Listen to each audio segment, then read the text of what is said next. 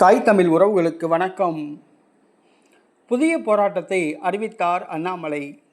புதிய போராட்டத்தை அறிவித்தார் அண்ணாமலை என்ற தலைப்பில் இந்த காணொளியை நாம் காண்கிறோம். டாஸ்மாகில் நடைபெற்ற 1000 கோடி ரூபாய் ஊழலை கண்டித்து டாஸ்மாக் அலுவலகத்தை இன்று பாரதிய ஜனதா கட்சி முற்றுகையிட்டு போராட்டம் நடத்தும் என அண்ணாமலை அறிவித்திருந்தார்.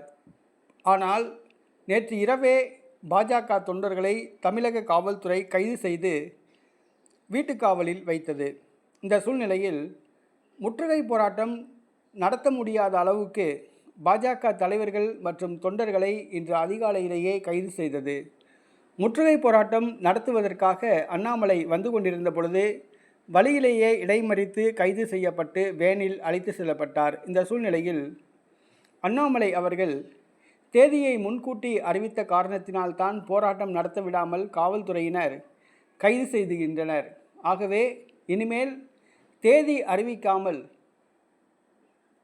அறிவிக்காமல் டாஸ்மாக் தலைமை அலுவலகம் முற்றுகையிடப்படும், போராட்டம் நடத்தப்படும் என்று அறிவித்துள்ளார். மேலும் புதிய போராட்டம் ஒன்றை அறிவித்துள்ளார். தேவைப்பட்டால் முதலமைச்சர் மு.க.ஸ்டாலின் அவர்களுடைய இல்லம் முற்றுகையிடப்படும் என்று அறிவித்துள்ளார். தேவைப்பட்டால் மு.க.ஸ்டாலின் அவர்களுடைய இல்லம் முற்றுகையிடப்படும் என்று பாஜக தலைவர் அண்ணாமலை அறிவித்துள்ளார்.